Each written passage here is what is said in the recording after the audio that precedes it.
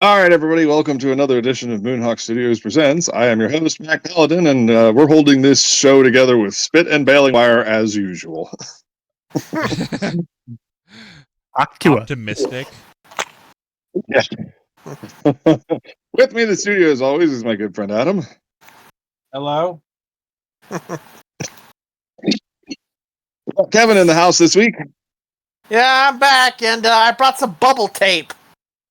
Yeah. That's what we're holding the show together with, bubble tape. There you go. I've got space tape on the dollar store. Petty fans on technicals. The second car did not kill me. Right. And the Galax is here. Somehow I persist. We have a great show for you tonight, but before we get to that, let's get to the news. Adam, what's cooking? See, well, spring's here. So, not only is the temperature rising, but the pollen's out.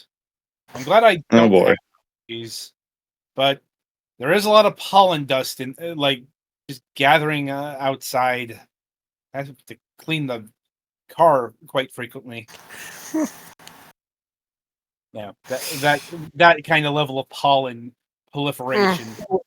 I should note, up here in Atlanta, like at work and at home, the pollen is everywhere. Like the floor in the floors, pollen all over the floors. Like I've had to spray trash can tops because they're completely covered with pollen. Like it's everywhere. Like. Sounds about right. Like, anyway, so I suppose the big personal news is I'm zeroing in on getting a new laptop. Another HP laptop that Petty recommended. Like, probably secure that over the weekend and then have to spend next week setting it up. Because we never ask for technical advice from the computer technician who spent 25 years in the business. I mean, I'm also a computer technician, so yeah. Also, you didn't respond in the private chat. You didn't ask me. Fair enough. You literally said at Petty fan, and then I was like, okay, well, I guess I'll just go. Well, he offered to help look. So, guess I'll just go binge eat these cinnamon sugar cookies. In fairness, when we send messages to you, we don't know whether they'll be responded to in a minute, an hour, or a week. that is a fair point. Mm-hmm. Like,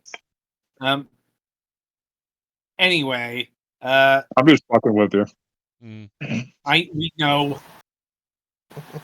Like, also, my mom's birthday is next week, so it's an off-year birthday, so I'm gonna be small. As far as gifts, she wants hair product, specific kind of expensive hair product that she'll have to point out because it's the hair product, and yeah, I don't really know that area. trust me, God, I know.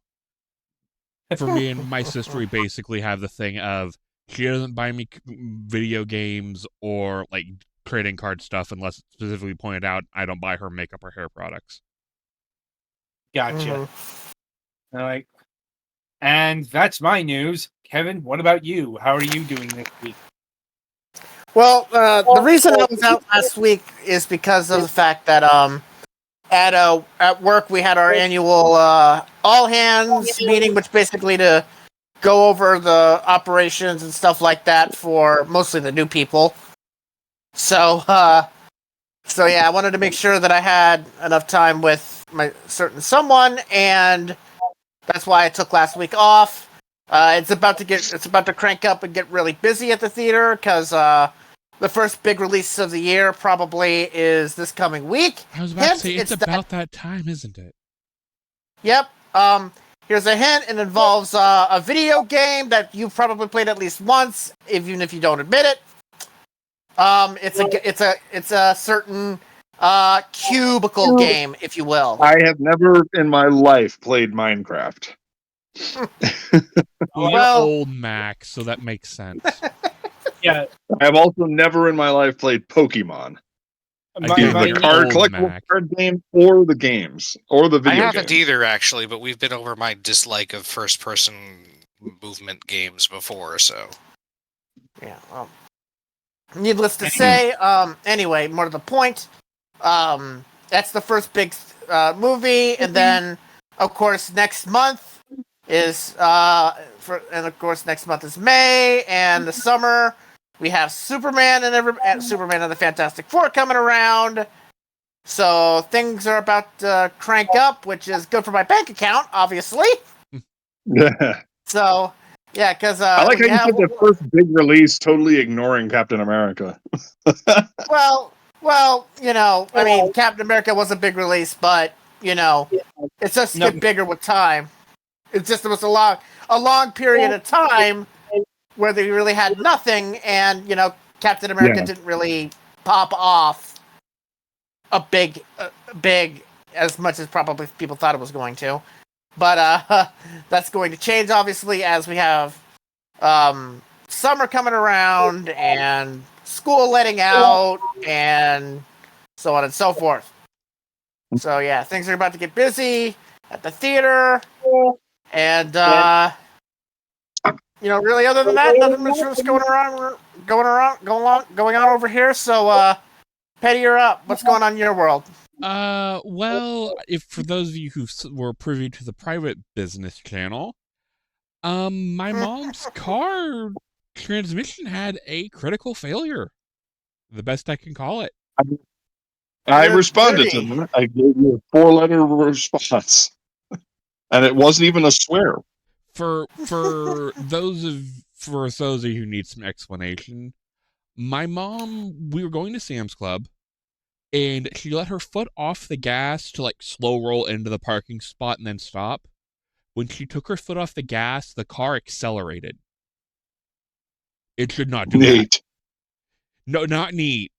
If she wouldn't have high centered it on that like embankment or like bush or whatever thing, we probably would have slammed into the Home Depot across the parking lot. That was called sarcasm. Yeah. So that was an adventure I never want to have again. And the best part, we had it towed to the dealership to have them look at it, because brand new car. We've had it less than 2 months. We have a 100,000 mile year warranty, or 100,000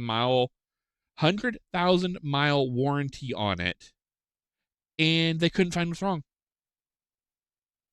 They could not reproduce the issue, and they couldn't figure out what happened. Oh boy. So we have the dash cam footage showing like what actually happened, so they know something went wrong with the car, but they could not reproduce it. Luckily, since they saw it was some type of malfunction with the car, they are going to pay our insurance deductible to get the body damage fixed. Because like the bumper is cracked, and then when it was on the bush, some of the like lower trim and like under protective stuff is a little messed up. So they're gonna fix that. So that's nice. They technically didn't have to, but it is nice that they're taking care of that. And then this morning we had a heavy rainstorm, and we have water leaking in the house again. Oh boy. Yep. We think it might be the turtle vents on the roof.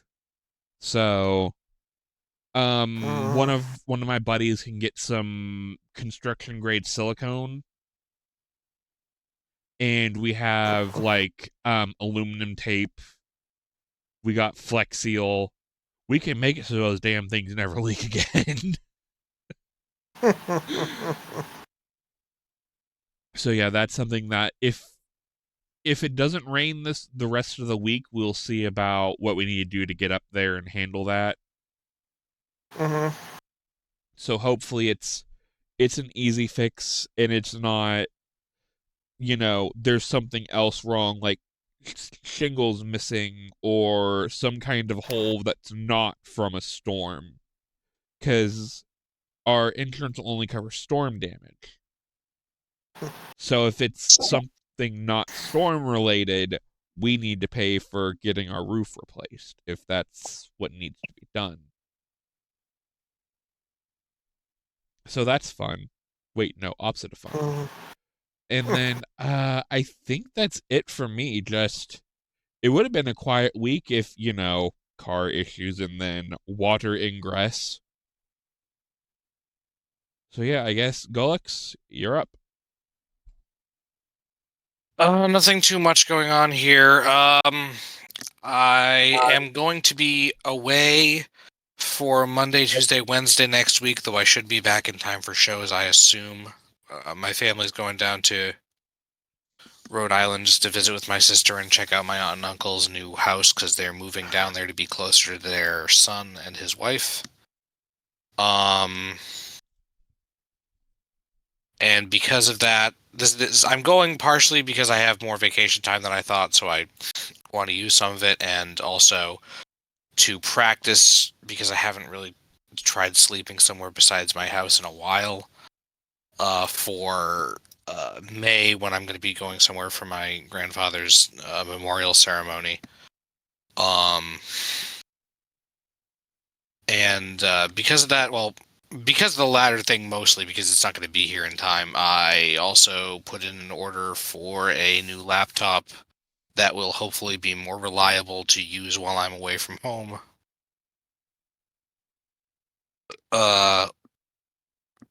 I was hoping to get it delivered, but since if I got it delivered, it would get here while I'll be away, I just set it to be picked up at Best Buy. Thankfully, my parents are willing to help me with that a significant amount, so I was able to get a pretty good one. Mm-hmm. I think that's really all I have to say. Well, Adventures in Solar Setting continues. I now have an extra battery set up to my bedroom solar array, so that way it works much better as a pass through.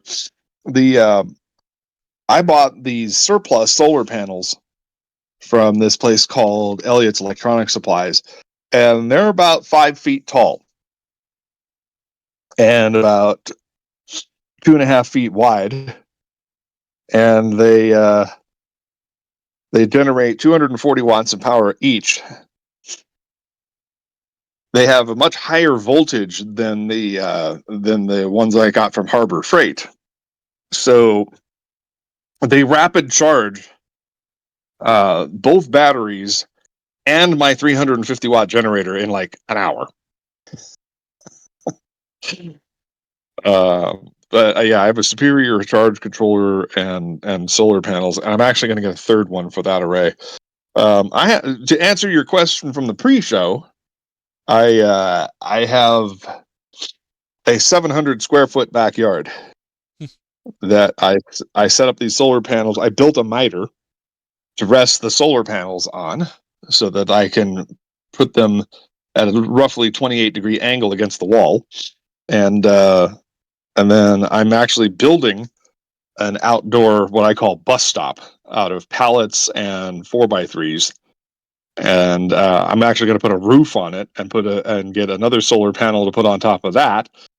I've got a battery and hybrid charge controller for a wind turbine, which generates 800 watts of power all by itself, 29 inches wide. So that'll pretty much sit right on top of You'll the roof. slow the rotation of the Earth. And I'll kill birds too while I'm at it, and probably cause windmill cancer. I'll go fucking jump off the overpass nearby. Bye.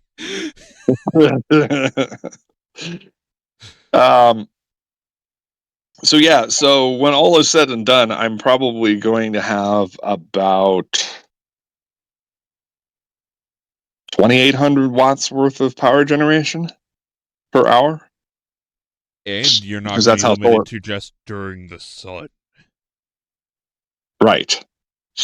I'm going to set it up. I'm getting another charge controller and battery for the outside, so I can run my electric grill and my, things like my weed whacker, my circular saw, and my other equipment that's out there.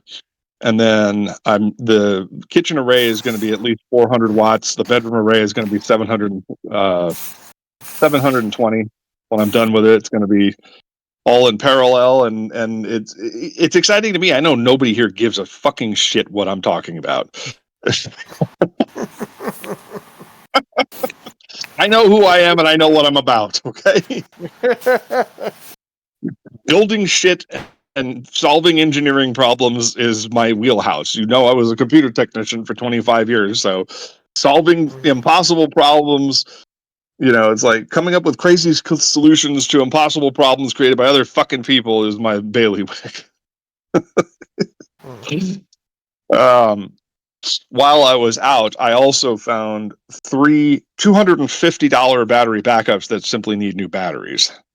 I found a CyberPower, a APC, actually 2 different APCs. One's a relatively modern 1500 series, and the other one is an AX 1300, I think, and they're both server grade, which means that they have about 4 hours worth of charge each. And then I have an oddball CyberPower one that's also they basically sell the 2 newer ones. They sell them currently at Batteries Plus, a former subsidiary of Circuit City. But I can get the replacement batteries there, and they actually have a 5-year warranty. So that's pretty tight. And once I get these uninterruptible power supplies into the mix, see, they'll act as battery banks to give me additional power. It's like having a smaller scale generator, and then I'll feel a little more confident running my desktop PCs again, which means I can get back to arting and animating. So that's about $300 worth of parts and labor there that I need to come up with, and I've got about $1,000 worth of stuff in Temu that I need to get my hands on, and about $300 worth of surplus stuff I still need to get, and then I'm functional. Not to mention that I do have to pay off TEP to the tune of $2,500 to get my my land power turned back on, so I don't get evicted. Stupid fucking state laws subsidizing the power companies. But yeah, that's the big thing that's going on. I found a Dell, an old Dell Inspiron 2020 all-in-one that I've resurrected by throwing a hard drive and some extra RAM into, and putting Windows 10 on it, so I can watch TV on because it uses the laptop power supply and doesn't consume as much power as any of my other desktop PCs. So I can actually sit there and watch TV now. So yeah, I got quite the haul, and I found a bunch of Cat 8 networking cable. It was just dumped on the side of the road outside of a recycling center. So I was like, "Oh, don't mind if I do." Turns out some meth head forgot it. Yeah, it was out. There was some obscure recycling center that I had never seen before while I was driving, and I saw these UPSs just sitting in a stack on the side of the road, and I was like, "Well, that just saved me $750."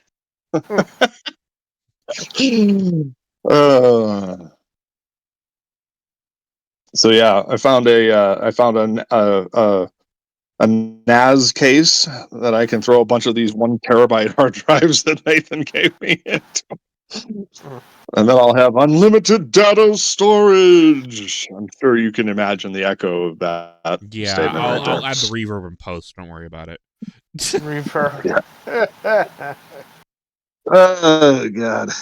I may actually give you the password and the code so I can have you move over all of the last news desk and MSP stuff from my channel, because I can't sit there long enough to move over 100 videos by the deadline. So, speaking of data storage and things, um, yeah.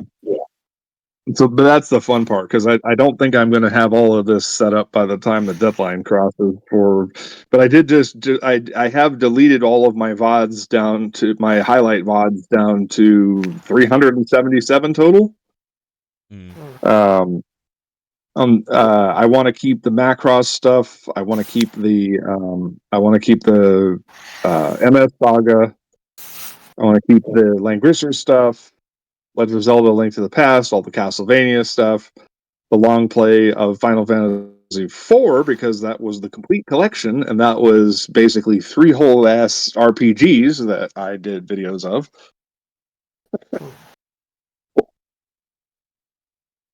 Twitch. Mm-hmm. Pointlessly attempting to save money by doing something that will not save them a dime. And thoroughly inconveniences all of their streamers. Yeah.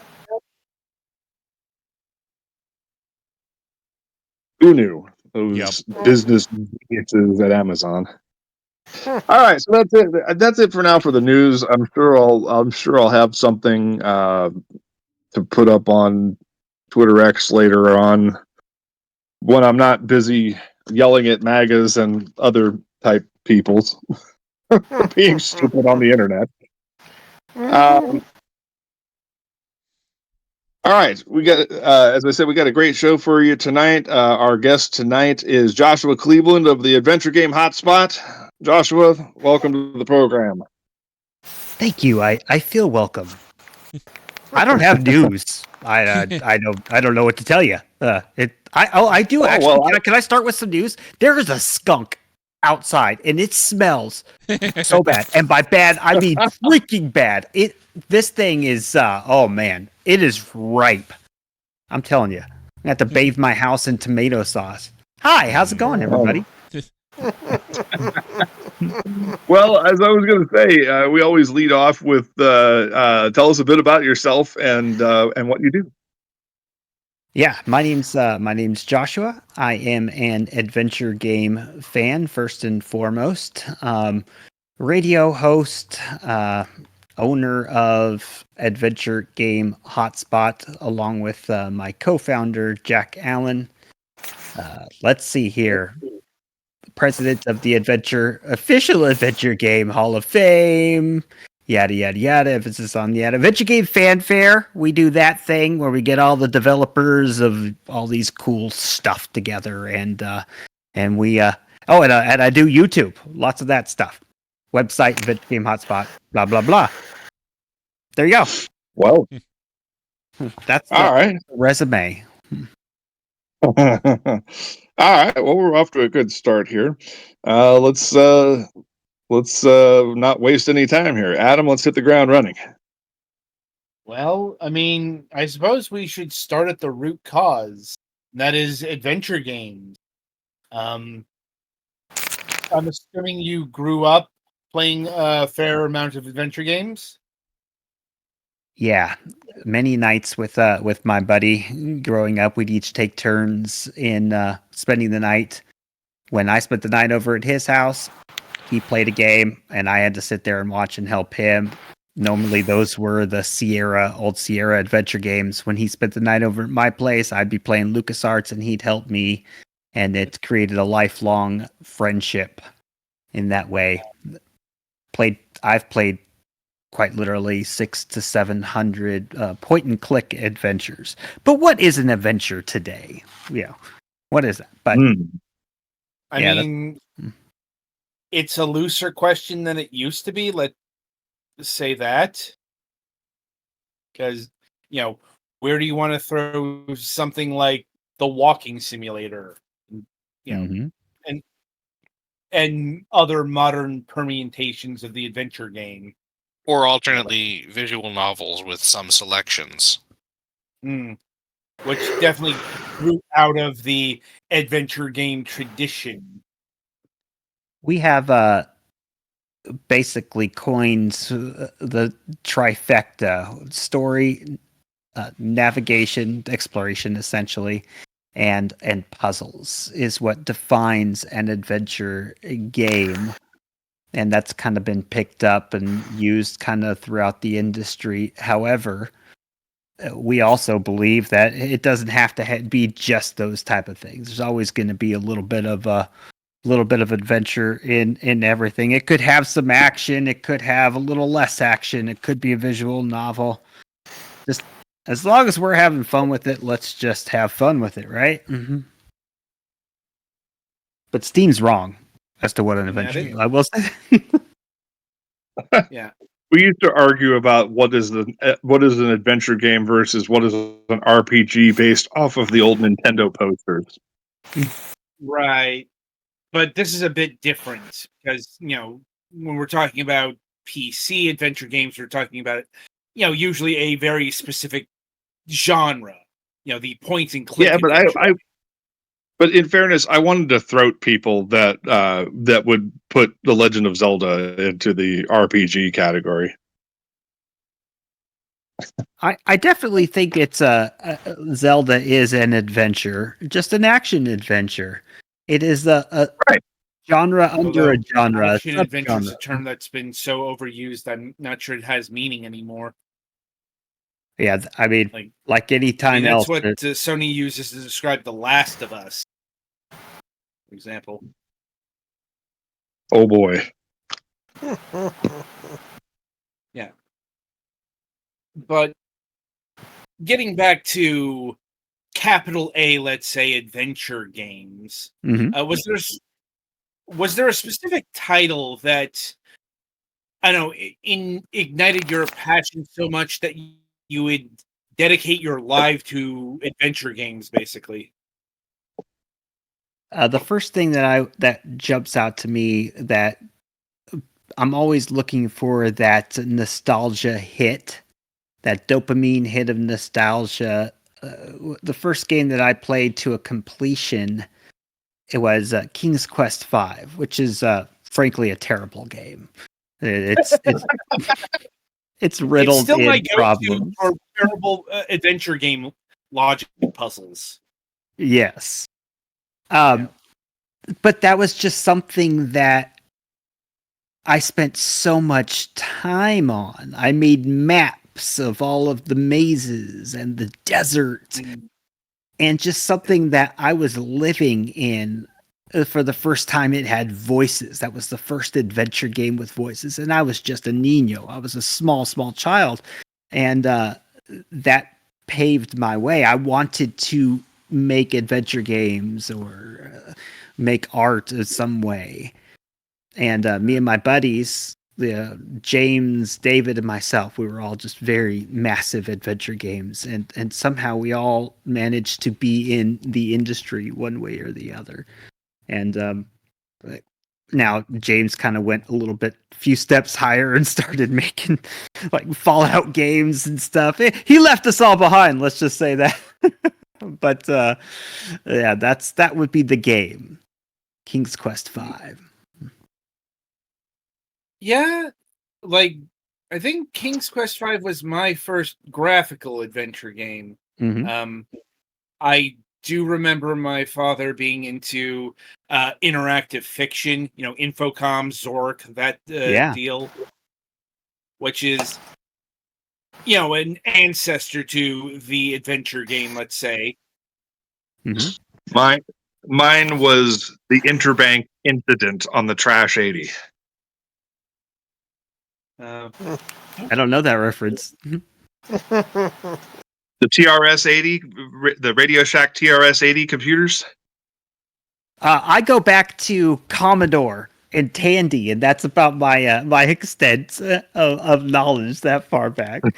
My first computer that I had myself was a 386 SX25. My parents brought it home. They got it used, and my dad said, "Break it, figure it out, because that's what's going to be the future." And by God, did I break it? The Interbank Incident was an 8-bit point and click adventure game for the TRS-80 computers, and it actually had a voice pack. And I have made this joke on the show repeatedly. if you point the gun at the receptionist, the voice pack goes, "Are you threatening me?" Oh Lord! Well, you speak of those the precursors to graphical adventures. Oh no, this was graphical. It was Well, I'm point saying, and like, click. he'd mentioned the Infocom Zork games. Those Oh, were yeah, the text adventures, and The then original came the Zork. graphic adventures. It's just Yeah, the the original natural, Zork. yeah, the natural evolution of adventure games, and now we have action, and to where it's all muddied. Yes, I the mean- original Zork. Granted, my father was a bigger fan of the late stage Infocom games. Like, I remember a lot more Beyond Zork and Zork Zero rather than the Zork original. Grand Inquisitor. Zork Grand That- Inquisitor. I am the boss of you. That's from the late 90s. That's about a decade after I'm talking about here. Return Yeah, to Zork. If we're going memes, want some rye? Of course you Yep. do. Yeah. Turn to Zork. Start playing Myst and Ribbon. Yeah. Don't tell me what to do. I will not. No, Riven's great. Not the biggest fan of Myst. Same. I never played it. Myst is But the Macintosh staple, the Journeyman Project. Hey, that gets better. I made a video on my YouTube channel about how the Millers were absolutely brilliant at marketing Myst, and basically I just said that they've sold the same game over, and it was like a parody video. And the way I actually met Rand was him saying he's sending ninjas over to assassinate me. So then at our adventure game fanfare, when he came over and he says, "I still remember, I still remember that you're, I sent a hit out on you." And yeah, so that's my story with Myst. I don't like Myst. Riven was okay. The original Yeah. Maniac Mansion for the NES was also pretty tight. I still haven't figured out how to get the chainsaw off the wall. I have 2 copies in the box of the NES Maniac Mansion, but I've never beaten it on NES. Really? You have the- Oh, wow. You have the Famicom version. I'm sorry? Do you have the Famicom version? So is that the Eastern, the Asian version? Yeah, that'd be the one that was put out by Jalico, which was Right. so bad. The monkey, no, sorry, the Maniac Mansion team decided to do the NES port Right. themselves. Lucas took no credit. Lucasfilm took no credit on that bad boy. That's for certain. Amazing. Yeah. But yeah, Myst is something I've tried to get into, but just can't really connect. I don't like the style. I don't like the puzzles. I don't like the. There's a lot I don't like about Myst. It was anytime it's the first to the table. If you have a clone of a game, a Myst clone or a Doom clone or something. It was first to the table. The Seventh Guest had already existed for a year. Well, not necessarily that. They're different styles, like completely different styles. One is more a photorealism that focused more on sounds and art type of thing, whereas Seventh Guest was that seems like a completely different way. I mean, it's in the. I get to what you're talking about. The devil's in the details, and just talking about overarching adventure games that were hugely important to CD-ROM technology. Which is often what Myst is credited towards. Making the CD-ROM format viable. And I'm like, once again, that's what the Seventh Guest did in 1993. Well, now you're going to call me a bad adventure game fan because I have never played the Seventh Guest.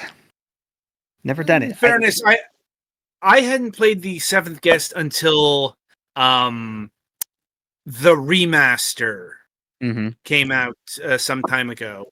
and we interviewed one of the creatives at Trilobite. Right. I'll be I like the puzzles even less in the Seventh Guest, because what they did is they took logic puzzles from the 19th century and put them into their adventure game and tried to pass that off as their adventure game. Like so many chess puzzle variants. The chess is the only puzzle that I've ever played. I helped my friends. I helped my friend with that when I was a niño. But that I considered giving it a try when they did remake it or remaster it for the devices and everything. Like, now you can eat soup, like human soup, in 3D and on devices. Let's go. Anyway, That's funny.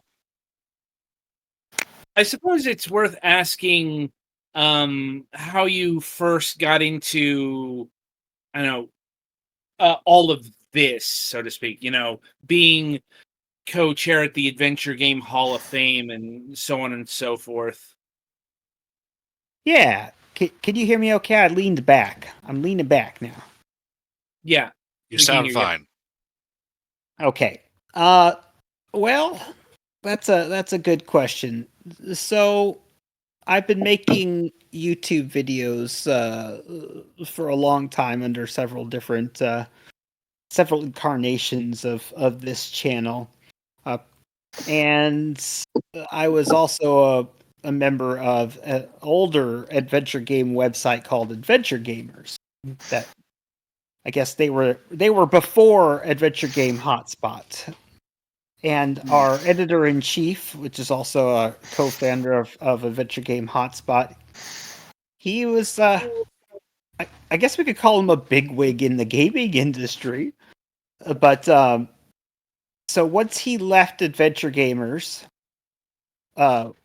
we just decided to take the staff and create our website, and that went pretty well. And I decided that with the access to that and the YouTube channel, that I figured we'd best make something to chronicle the history of adventure games, because frankly, at least the classic style adventure games, they're not dead. They're definitely in no way dead. Just ask Wajidai, Dave Gilbert, Budislav, all of that.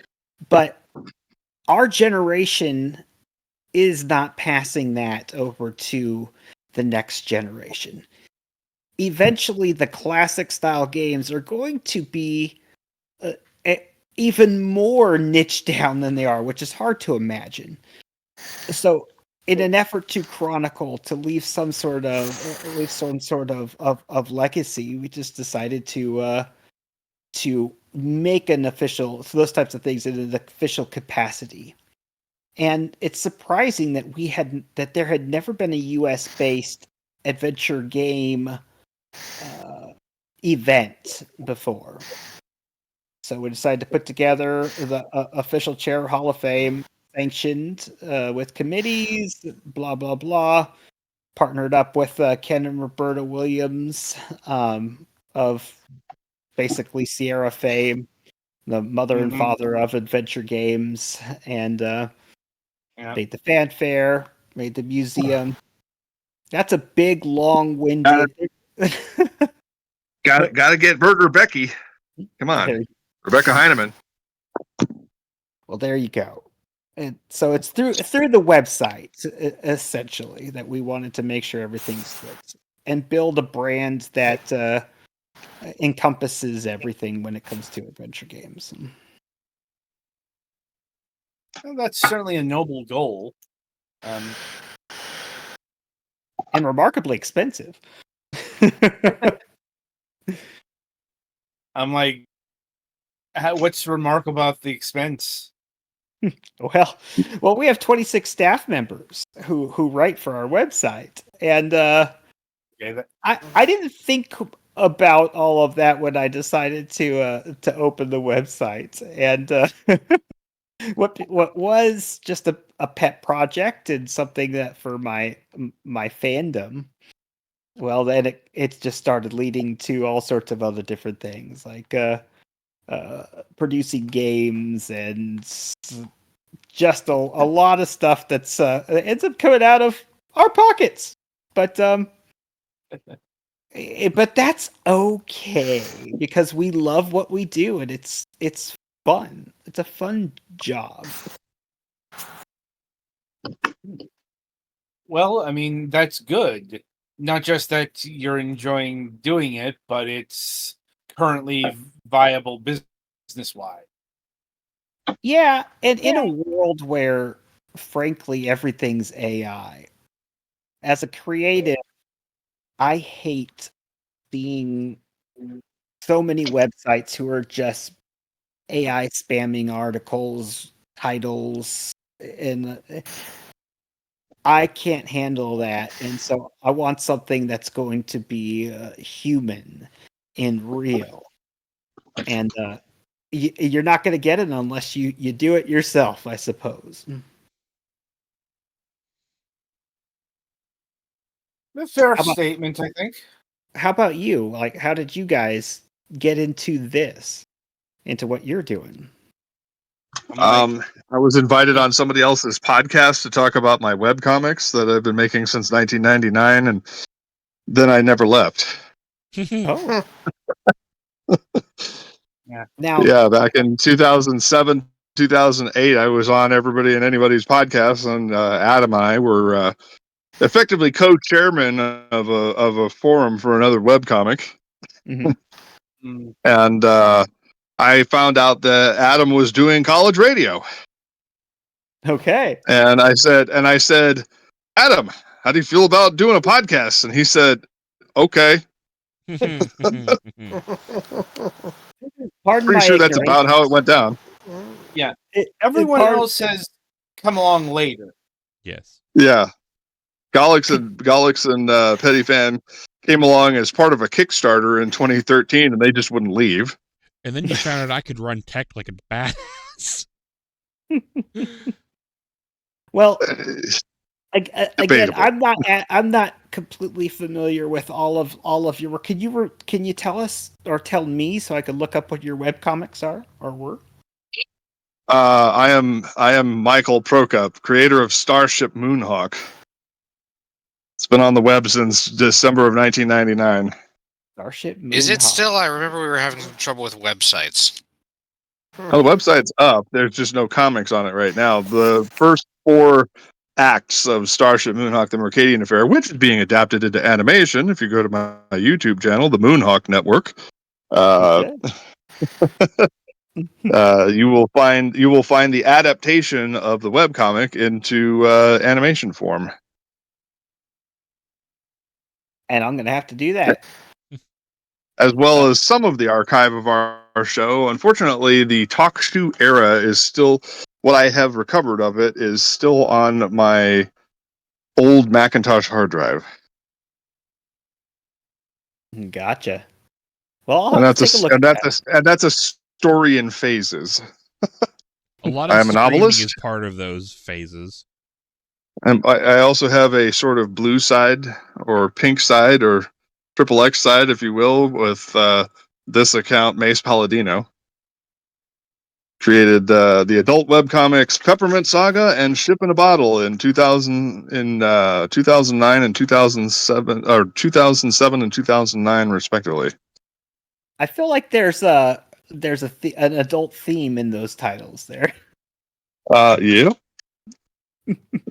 And the websites are extraordinarily pink. All right. My production company is known as Pink Panties Productions. Pink Panties Productions. All right, noted. Yeah. Noted. Even made a ghetto ass logo that has stylized frilly pink panties on it. So, have you played any of the Leisure Suit Larry games? Of course I have. I was about to say, don't you have some of the Al big Lowe box is ones of those? Al Lowe is my personal hero. Really? Well, you're gonna Yeah. have to come to the next fan fair then, Adventure Game Fan Fair, and come say hi to him. He might actually make it into the Hall of Fame next year. I mean, I'd put mean, good odds on it. He got fired from Sierra after the commercial failure of Love for Sale, which was the 6th game, and then the 7th game was not produced by him, but they put his name on the box anyway, and he absolutely pilloried them in the forums. Yeah. Well, I mean, And of course, Magna Cum Lauder and Magna Cum Laude may be one of the worst games I've ever played. it's bad. is it worse than? Gosh, what's the other one that they did? The Hollywood. Box Office Blast. Box I never Office played Bust. Yeah. Well, let's just say that the sheer amount of censorship and the mini games were awful. I mean, it's literally just like playing a bad rhythm game. Yep. Love for Sale was a great game. I will say that. I loved the Where's Dildo mini game in there instead of Where's Waldo. So at the fanfare we did a Where's Dildo mini game in person at the fanfare with Aldo. So essentially, like during some of the things, we had people looking for it throughout the audience, and he got a good little giggle out of that. See, Adam. Now that we know that he's obtainable, we need to get Al Lowe on the show. Al will do your show. Oh, I no. can all but guarantee it. If you want him, he's there. He loves to talk, my friend.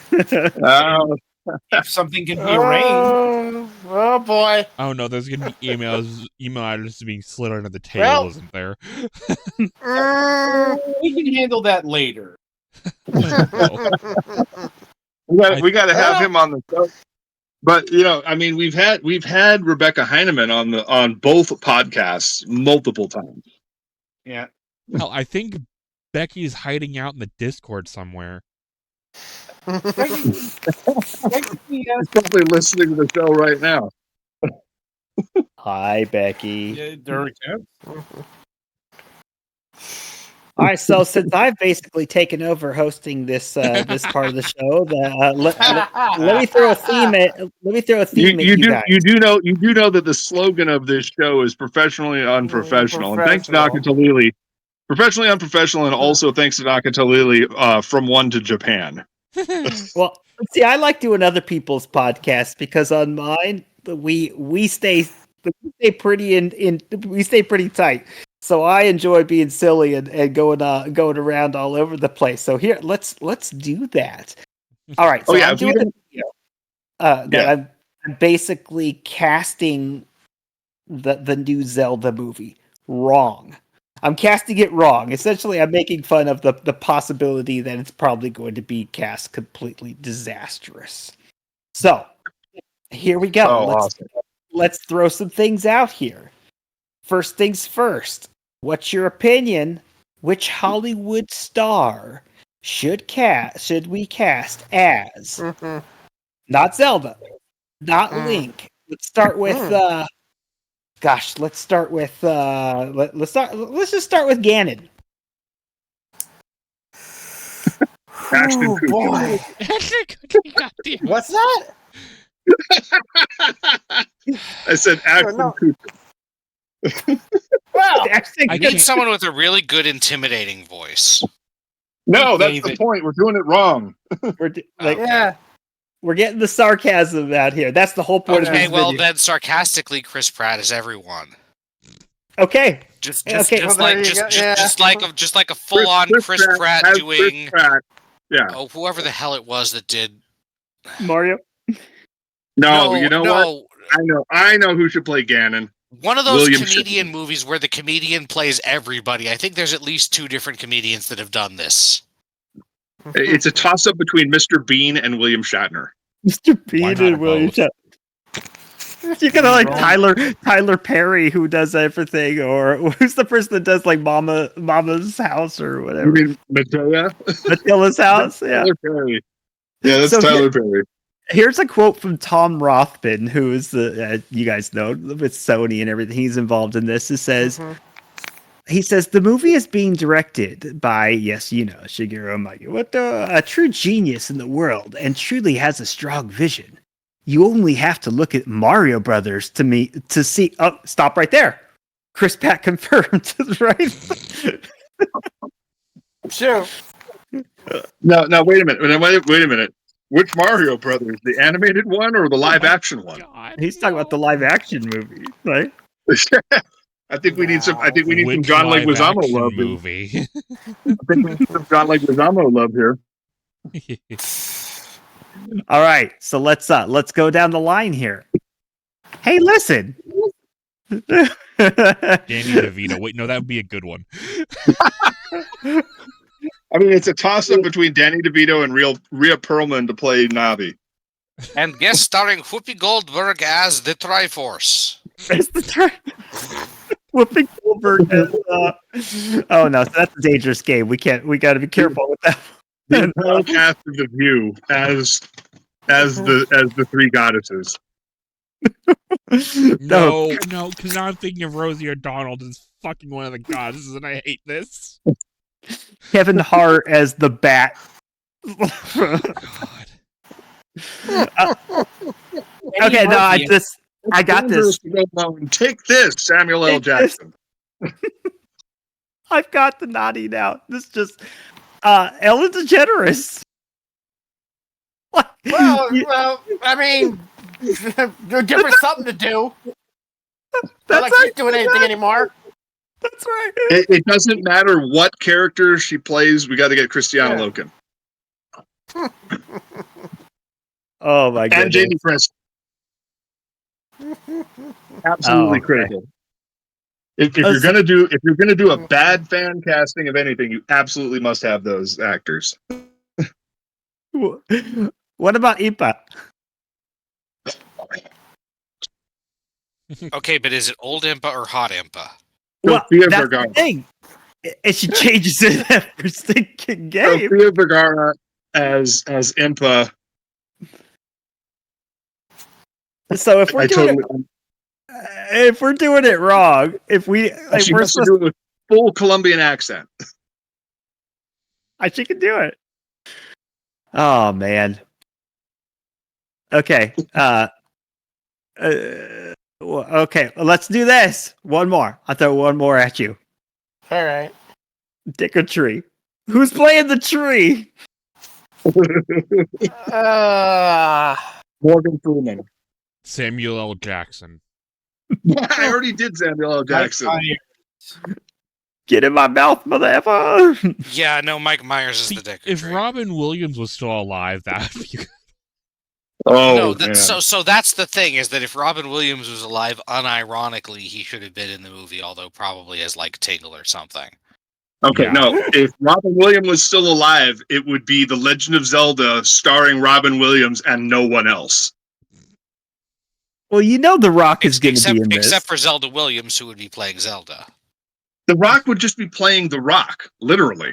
The Rock. Every rock would have the Rock Dwayne Johnson's face chiseled on it. Isn't that just Goron's? He'd have to make the pot breaking noise the same way that Vin Diesel says "I am Groot." The pot. Okay, let's cast the pot. Pot break. Snoop. Oh my god. Snoop Dogg, yes. Pot. Oh, okay. We jumped the shark. Flawless victory. Oh man. Yeah. I think we're done there. Yeah. I think our work here is done. I definitely think our work. We just snatched the pot. Yeah. That, and we do also have to get our good friend Linkara to voice something. Well, that makes Care sense. what? So let's actually reverse cast this guy. thing. Huh? Let's reverse cast this thing. So since we know Chris Pratt's going to be in this, who's Chris Pratt going to be? For real. The snarky Goron sidekick. Melon. Oh God! Malon and her father. At the Lon Lon Epona. at the Lon Lon Ranch. Come on. I'll put it in Epona. I'll put it in We're Epona. throwing in stuff from all over, but it will be interesting to see. It will be interesting to see like what parts of the franchise they base this on. True. Imagine if he played Epona as Andy Dwyer. God. We're just going at it tonight. Hey, I put your Simpsons into the browser, but it says not found. It says no internet connection. Oh boy. Oh man, we're screwed. Oh. Oh boy. Yeah. All right. Who's the Master Sword? Kevin Hart. Majora's Mask. Kevin Hart. John Cena. Oh. Oh, Where were we in this pot? he has to talk. He has to talk like Peacemaker, though. Oh no. So I feel like I feel like the best actors, if we're trying to like sarcastically cast this thing, let's just cast the whole Jumanji cast like over and over again. Danny DeVito, Kevin Hart, Jack Black, they got to be in there. The Rock, like. I thought you meant the original Jumanji for a second. I was going to say, well, we already covered Robin Williams. Hey, you know what? Jumanji line in general. Well, there you go. I guess we just ended this segment. But who would Karen Gillan play? Who would Karen Gillan play, though? Who would Karen Gillan play? I don't know who that is. Oh my God, Nebula No, I from the MCU. One of the companions from Doctor Who. Okay, that's Nebula. Yeah, Scottish actress, red hair. Yeah, Kind of tall and slender. yeah. That's Nebula. We'll That's call Karen her Gillan. attractive. As Nebula. Yeah, play it as Nebula, though. Gotta play it as Nebula. Oh, He's like, okay, I am pushing it in. Now what do I do? Open the fucking door. to see the bomb. Oh my God. It's the secret to everybody. Yeah, she was what? Amy Pond in Doctor Who? Yes, I think so. What can we find Jennifer Coolidge to act in? Oh my God. We need Jennifer Coolidge in there if we're making a bad Zelda cast. Goron. Would you call me? Goron. Yeah. Good. All right. Wow, did I just call Amy Pond attractive? These rocks are delicious. I want to leave this mortal coil now. What's the other guy who's always on the red carpet? Andy something. Dick. No. Samber? No. That. Andy, are you talking about the guy from The Office? The host. He's got his own show. Andy something. Andy geez. Cohen. Andy Cohen. Yes, that's right. That was going to be my third next guess. Okay. Just go down the repertoire. Just go down the repertoire of voices that Matt Friend does, and just cast him as all of them. That's all of them. Yeah. All right. And I gotta say, I'm actually a little uncomfortable. Sebastian Maniscalco. I'm uncomfortable that I said that Amy Pond is attractive because I just actually looked up her pictures, and I'm not sure she has a 2 in her age. At the beginning of her age. She's like 40. Oh, all right. I take it all back. Yeah. All right. Redheads. Listen, us redheads, we age slowly. All right. It's the deal with the devil situation. Okay, I got you. We traded our soul for longevity and elastic That's right. skin. All right. Yeah. So, yeah.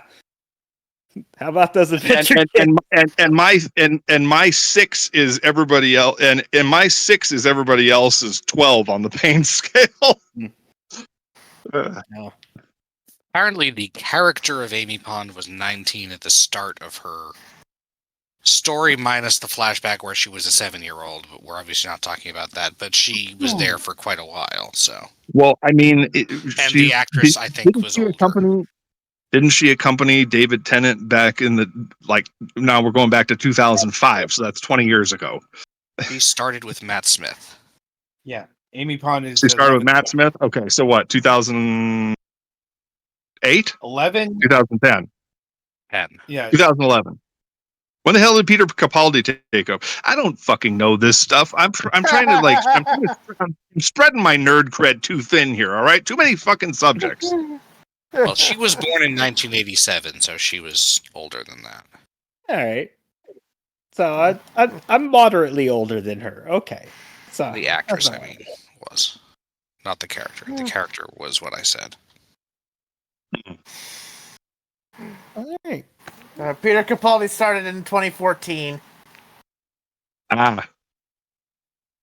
can't even keep track of this stuff anymore.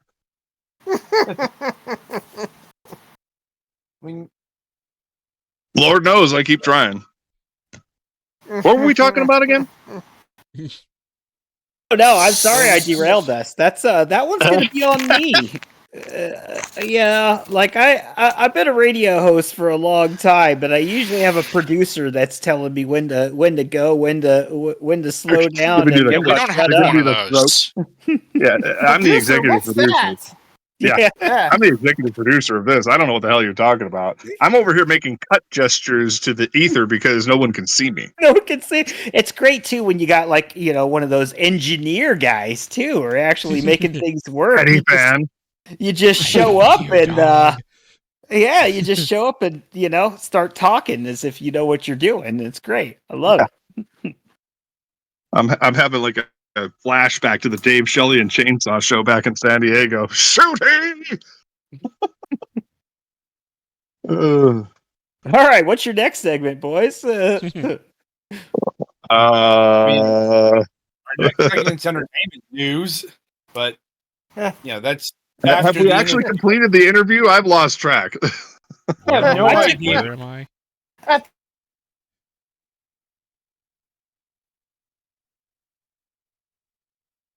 Is everybody still here? Oh fuck! Hey, We're having too much fun, I think. let's do one for the road. Dropped out for a second. Am I still back? Yes. Yes. All right. You are alive and loaded. My lord. Yes, my son. Hey, it's good for The content. stream is also still live, although I cannot promise it didn't drop out at all for even a second. It's fine. Oh, that's all right. I don't think anything of value was fine, really everything- lost. It's fine. Everything is fine. The answer is Oh, Chris boy. Pratt. Whatever everybody missed, the answer is Chris Pratt. Probably. Yes. That's Always that's for the new mathematician answer. Instead of yes, it's Chris Pratt.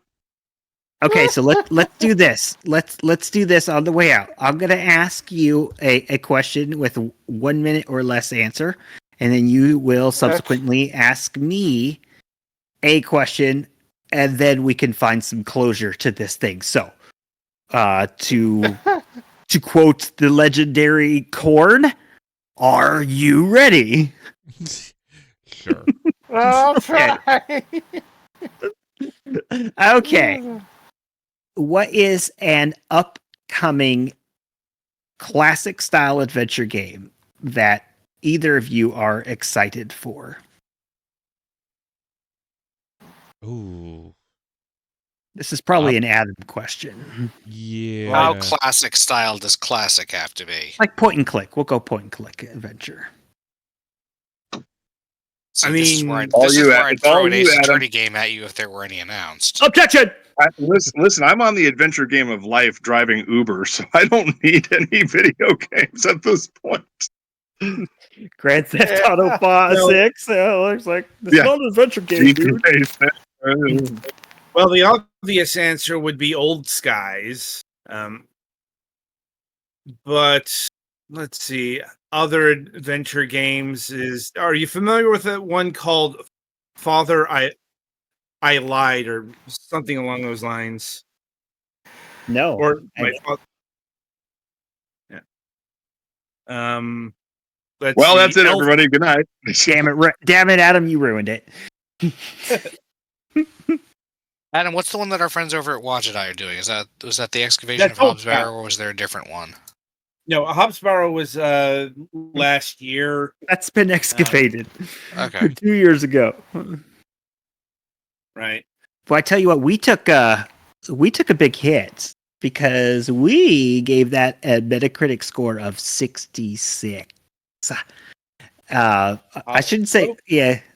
One of our reviewers did that, and oh my gosh, the adventure game community was pissed. It was pissed. But I'll say this: I can see it. I played the game, loved the game. 99.9% of that game, that ending. How dare you? How dare you do that? Did you guys play it, or did you? I played it. I did not get to the ending because Okay. it was you. And when you're on a weekly schedule, sometimes you don't have time to figure out what the adventure game designers were thinking at that particular moment. Yeah, no, Okay. Old Skies is the one I was thinking of. Yeah. Right. Yeah, Old Skies it's coming out on the 27th of this month, and I will be doing a live stream where I neither sleep nor eat until that is completed. However, I could be buying my way in, kind of like mulligans. Like I could buy a 10-minute break with some food or something by buying a copy of the game for someone, something along those lines. So that's gonna be an adventure. I'll tell you that much. Mm. If I ever have That time, 10 to 1, there's 10 to 1. There's cheap chips on the side. Well, we'll be doing it with Dave, and so he'll probably be telling me what to do. Like a Actually, little. I was semi-joking about it, but there are a few Ace Attorney imitators that I'm thinking about checking out. Oh, There's that one friggin' Tyrion Cuthbert, Attorney of the Arcane or something like that came out. It's out. It's not like upcoming. I just haven't played it yet, but I'm thinking about getting it. okay. And then Trials of Innocence released recently, and that's a Chinese one that is very blatantly like a knockoff of the thing, but it seems to be a fairly solid one. Okay. Assuming we include Ace Attorney games as adventure games. It's one of those that's questioned, but I consider them adventure games. We cover them. So, Me there too, you go. but some people are very picky about things. Yeah, I'm not as picky. All right, what's your question? And then I got to bounce out of here. All right. No. Well, I'll just do our summation question. Any appearances beyond this online event? Any appearances that you'll be making that you would like to plug? Oh, golly. I don't want to plug anything. This is your show. I appreciate that. I just like talking games with gamers, and that's what we're all about at Adventure Game Hotspot. Okay. There you go. All right. Well, thanks for being on the program. You are welcome to stay with us for the roundtable discussion about entertainment news. I'm sure there's something, but if you got to bounce, you got to bounce. Totally acceptable either way. I have a beautiful wife that's in the bedroom waiting for me in a non-weird way. Just throw it out there. Yes. Literally, Yeah, literally you have life. Literally, You have life to go back to. Yes. Yes. Li- li- And I can't literally- afford another divorce, so Jesus. Oh my God. No. I literally ended a show once. We were coming to the end of the show, and my ex-girlfriend walked in with the Victoria's Secret lingerie that I bought her, and I said, "Guys, I gotta go," and I just hung up. Yeah. Happy wife, happy life. that's right. All right, guys. I love y'all in a weird way. Take care. All right. Yeah. Have a good night, man. Bye. Bye bye. Awesome.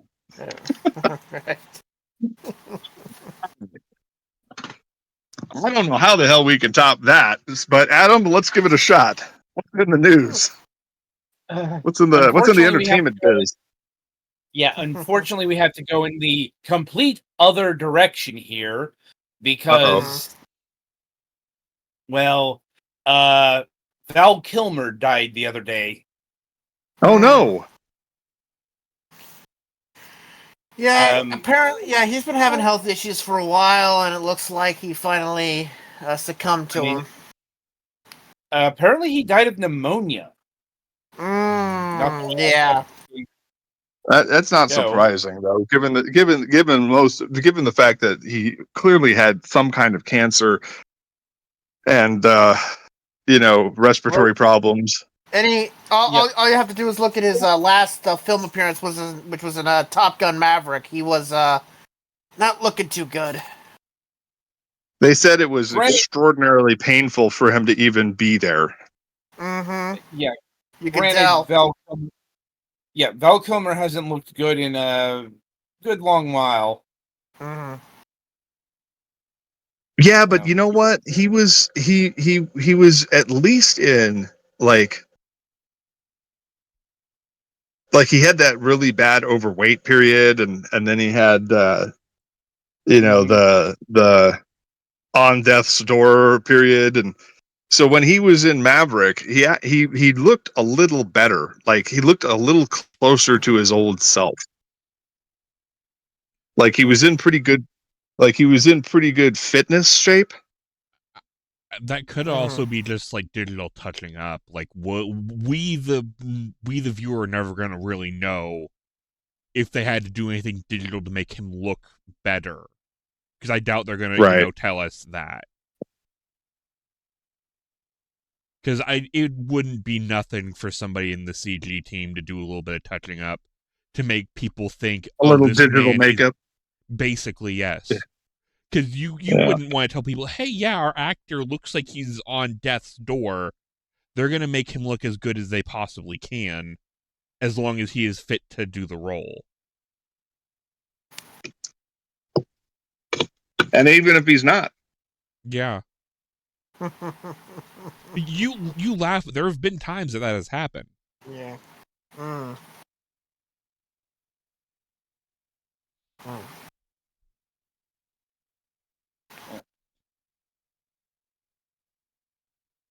Everybody still there? Anyhow. Yeah, I was just Yeah, gonna we're ask, here. Did I flip out So again, anyway. or did I just be the buzzkill?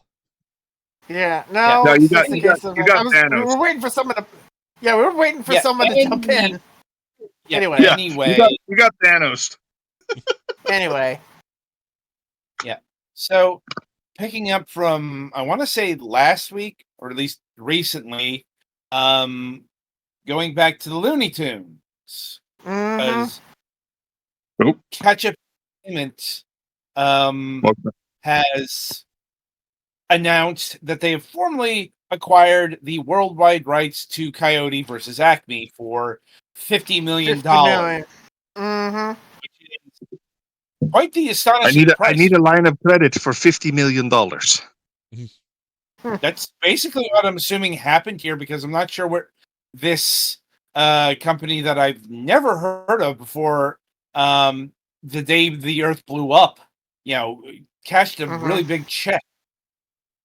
Yeah. So, look, so I'm not sure where that money's coming from, but we are going to get Coyote versus Acme in the theater. The secret Skydance slush fund. I would be shocked. Wouldn't be shocking, yeah. Now, mind you, it's probably not going to be a big run. No, Tippy. No. Oh, Nobody. especially Actually, you know what? I would actually go against that because Day Blew Up got a pretty big release. I mean, it's only made $10 million, but that's probably because it it's didn't really still have much probably of a not going to marketing be budget. everywhere. Like, it's probably not going to be anywhere local for me, but I also live in Missouri, so... It's not going to be as big as if Warner Brothers put it out. Say Right. nothing of I the mean, ad campaign. I mean, it'll probably get a good run at AMC's and probably If only Regals, I had maybe. an So, AMC. that'd be why. Well, I mean, I'm pretty Royal sure is the it'll only use. theater we have around here, and they've Yeah, not I been mean- doing too well. Yeah. I mean, I guess it'll depend on where it is, but it'll be probably in the big chains and maybe some high-profile mid local ones. So, Anyway, which is better than nothing. Mhm. Anyway, to get to the main festivities for the week, it's CinemaCon. So Yeah. that means Actually, going on right now. As a matter of fact. in fact, today was Universal and MGM.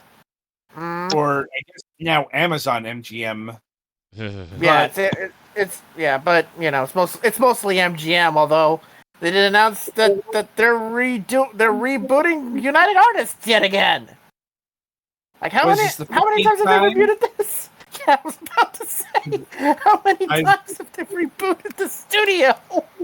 I've lost track, literally. Yeah. But I'm like, but just announced is apparently I Play Rocky, which is Yeah. going to feature. It's the It's story not- of Rocky. It's the story of the making of Rocky. Yeah. Like think Saturday Night. Well, no, yeah. To be clear, this isn't about a young Rocky. This is about a young Sylvester Stallone trying to get Rocky made. Yep, this is a behind the scenes movie. Yeah. Yeah, it's a Sylvester Stallone biopic, basically. Since that movie was pretty much his baby. Like, he came up with the script and everything. But I suppose to rewind to the beginning of CinemaCon, because we really do have to address, Marvel and Spider-Man. Yep. Spider-Man 4. And Beyond the Spider-Verse, which finally got a date, and they also showed stuff. So Beyond the Spider-Verse is cool and therefore less interesting to talk about than the fact that they're making a fucking movie named after the goddamn Post One More Day. Which may have absolutely nothing to do with that storyline. Hopefully, but they're still making people think about it. He's not wrong. I'm not thinking about it. And unlimited capacity for denial. Well, it's spite. Like, One More Day happened about 20 years ago. 2008. Wow. And it's still one of, the two worst decisions in Spider-Man they've ever made. I'm not arguing against that. I'm just saying the amazing thing is it hasn't been retconned. Like, nobody's managed to go back and say, no, this shit didn't happen. These two. Well, the people who think that a married Peter Parker is either unrelatable or not a big enough loser is still in charge. But if you want to know what they're doing with... It's the dead hand of Joe Quesada. Yeah. If you want He to know has what the charisma of Trump. And he still has that kind of stranglehold on management at Marvel. I'm like, well, if you want to know what's going on in the Spider-Man comics, Mary Jane is now Venom. See, that could be interesting. Oh, Jesus Christ. Yep, I mean, Marvel Comics are a mess if you've been following along with them. And people are sitting here complaining about the MCU, and it's like, look, they're doing their own thing. They don't even give a fuck about the comics anymore. That's because, people give a shit about the MCU. Even the haters, they are deeply invested in hating the MCU. Nobody gives a shit what's going on in the comics outside of a very dedicated set. And that dedicated set keeps getting fucked with by management. Let's just say. Well, they give a shit. They give a shit about the comics when it supports decisions made in the MCU. You know, Right. like I don't know about that one. just Captain. Remember, we're just Captain America.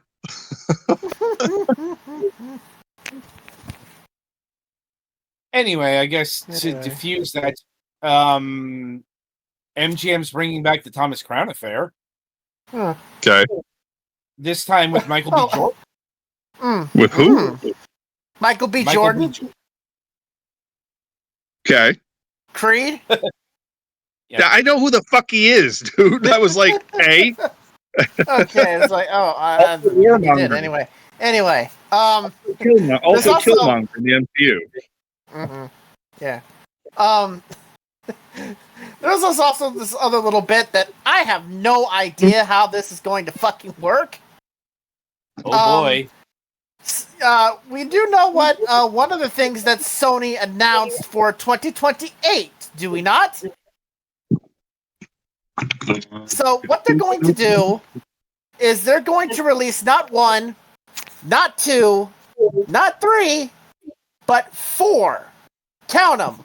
4 separate biopic films for each member of the Beatles in either the same calendar month or the same day in April 2028.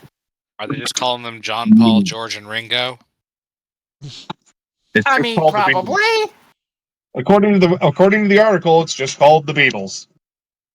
Well, they haven't had titles for them. They just said it's going to be 4 separate movies based upon the 4 members of the Beatles, releasing in either the same day or the same month. I don't know. I don't know exactly how it works, but And I've seen some that said what?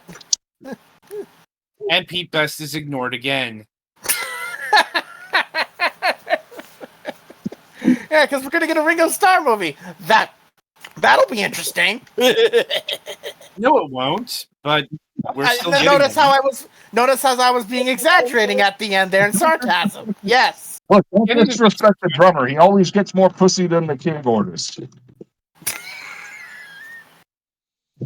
Well, yeah, that's I'm so glad we're at the end of the They episode. didn't even have a keyboardist, did they? That's What? What did you say? That's Billy Preston.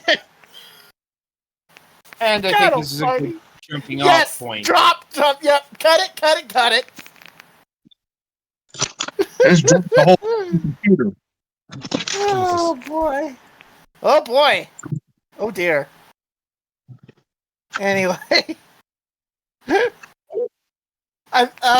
Do we have anything else we want to do here? Or I think we're good. yeah, I think we should In the immortal words of the brothers Warner. Good night, everybody. Yes, indeed. All right, boy. April 9th, episode 16. We have Matthew Willis of Swords, the webcomic, on the show. Adam, would you care to elaborate? In a world where everything is a sword, only the sharpest heroes survive. These are the tales of many different adventurers, living the lives in a realm corrupted by the 7 demon sword. Oh, Jesus. I'm like, it's been fun coordinating this because he lives in New Zealand. Ooh. That's like halfway around, right? Oh boy. Yeah. International Dateline. Yeah, I've never read this, but I think I have some friends who read it. It seems to have made the rounds. Like, yeah, fairly notable modern day webcomic.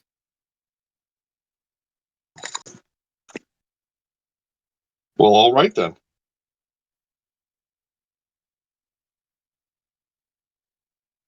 So, All right. Well, I think that wraps up our show for this week. Again, special thanks to Joshua Cleveland of the adventure game Hotspot. Still have no idea what his show is about, but that's okay because we had a good time.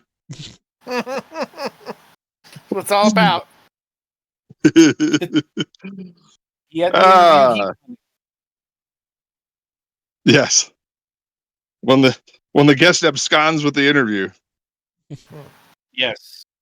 it, Well, it he could have gone asked- differently. He asked if he Yeah. wanted to, if we were fine going in this direction. Oh yeah. See me.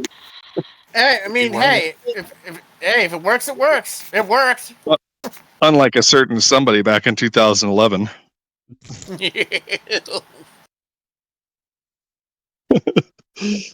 All right. Well, we got a great show for you next week, so be sure to tune in and stuff and things. And of course, Shadows Mistral and I will be back on Mondays on my channel doing more City of Heroes. Until then, I'm your host, Mac Paladin. Thanks for watching. Stay safe out there, kids.